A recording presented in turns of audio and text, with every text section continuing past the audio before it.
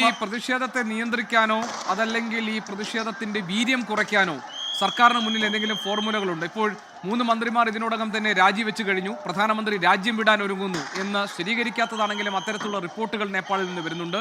പൊതുജനമാകട്ടെ വലിയ തോതിൽ തെരുവിലിറങ്ങി എന്തും നേരിടാൻ തയ്യാറായി നിൽക്കുകയാണ്. ഇതിനൊരു സമവായത്തിന്റെ പാത എവിടെയെങ്കിലും തെളിയുമോ? സർക്കാരിനെ സംബന്ധിച്ച് ഇപ്പോൾ നിലവിൽ ഇത് ആരോടാണ് ചർച്ച ചെയ്യേണ്ടത്, ആരാണ് സമരത്തിന്റെ നേതൃത്വം എന്നറിയാത്തൊരവസ്ഥയാണ്. സാധാരണഗതിയിൽ ഏതെങ്കിലും ഒരു സമരത്തിന് ഒരു നേതൃത്വം ഉണ്ടാകും, അല്ലെങ്കിൽ പ്രതിപക്ഷമെങ്കിലും ഉണ്ടാകും. ഇതിൽ പ്രതിപക്ഷം പോലും ഈ സമരത്തിന്റെ പിന്നിലാണ്. ഈ സമരത്തിന്റെ മുന്നിൽ മുഴുവൻ ഇന്നലെ ജൻസിയായി തുടങ്ങി ഇന്ന് വലിയ ബഹുജന പ്രക്ഷോഭമായി മാറിയ ആളുകളാണ്, വലിയ ആൾക്കൂട്ടമാണ്, ജനസമുദ്രമാണ്, ജനസഹസ്രമാണ് എന്ന രൂപത്തിലാണ് കാര്യങ്ങൾ നിൽക്കുന്നത്. അതുകൊണ്ട് തന്നെയാണ് ഈ സമരത്തിൽ ആരെ ചർച്ചയ്ക്ക് വിളിക്കണമെന്ന് ഇന്നലെ അടിയന്തര മന്ത്രിസഭാ യോഗം ചേരുമ്പോൾ പോലും സർക്കാരിന് എന്താണ് ചെയ്യേണ്ടതെന്ന് യാതൊരു ധാരണയുമില്ല. അതുകൊണ്ടാണ് ആഭ്യന്തരമന്ത്രി 20 പേർ മരിച്ചതിൽ ഉത്തരവാദിത്വം ഏറ്റെടുത്തുകൊണ്ട് ഞാൻ രാജിവെക്കാമെന്ന് ഇന്നലെ അടിയന്തര മന്ത്രിസഭാ യോഗത്തിൽ തന്നെ പറയുന്നത്. ആ രൂപത്തിൽ നിൽക്കുന്നത് കൊണ്ട് സർക്കാരിന് ഇത് നിയന്ത്രിക്കാൻ കഴിയില്ല എന്നുള്ളത് വസ്തുതയാണ്. ഇതിൽ ആരെയാണ് ചർച്ചയ്ക്ക് വിളിക്കേണ്ടതെന്നോ എവിടെയാണ് ഈ സമരത്തിന്റെ നേതൃത്വമെന്നോ അറിയാത്ത രൂപത്തിലാണ് ഇത് സാമൂഹ്യ മാധ്യമങ്ങളിലൂടെ ഉരുത്തിരിഞ്ഞു വന്ന ആ രൂപത്തിൽ അഭിപ്രായ ഏകീകരണം ഉണ്ടായ ഒരു സമരമാണിത്.